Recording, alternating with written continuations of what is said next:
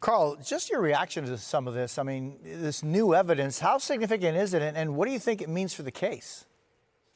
Hey, good morning, Jose. This is very significant. So the first part of the investigation's concluded, right? That was a very tedious work looking through all the video, trying to find those clear images, which the NYPD did. And that's what led to the break of identifying Luigi.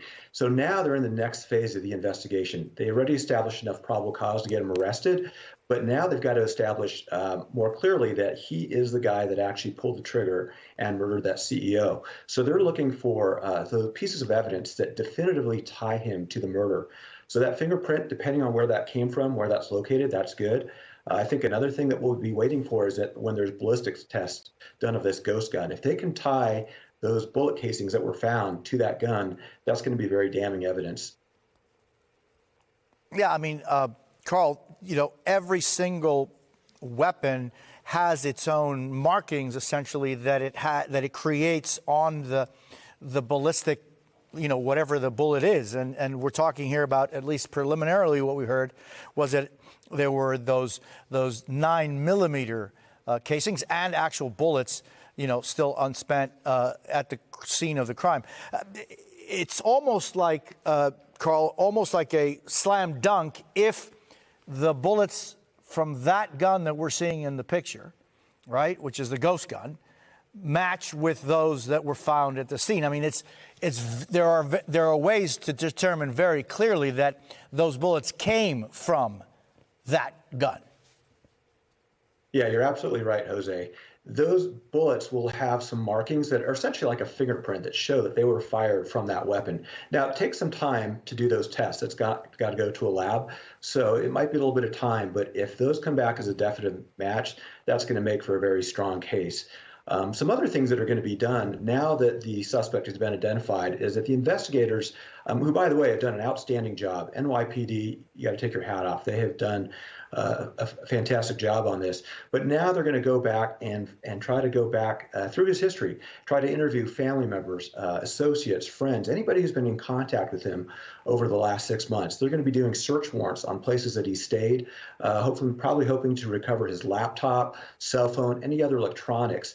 They're going to want to take a look at his social media history, his search history. What was he researching prior to this? One thing I know from my time in the FBI before I retired, one of the roles I had was a crisis negotiator.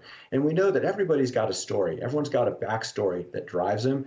And in this case, his backstory actually might be his back. It sounds like it's one of the things that possibly was driving him. And when I see this clip that you've played of this young man, he is an angry young man full of rage. And it sounds like he went dark. He went off the grid about 6 months ago. Nobody was in contact with him. And I think it's going to be very interesting to see what he was up to. What drove him to become isolated like that? Carl, I'm just wondering, because it took, apparently there were two people in that McDonald's, one of the people working at McDonald's and a client there, to look at him and say, this is probably the guy, and then call 911. I'm just wondering, Carl, when those photos, which are so clear, right? Hours after, a day, 24 hours after the shooting of that person, when he lowered his mask in the hostel, and then the pictures in the cab, which seemed so, high level quality. It took 5 days for those two people that didn't know him to identify him. Why do you think those 5 days there was nobody that knew him that did step forward? Does that strike you as being odd?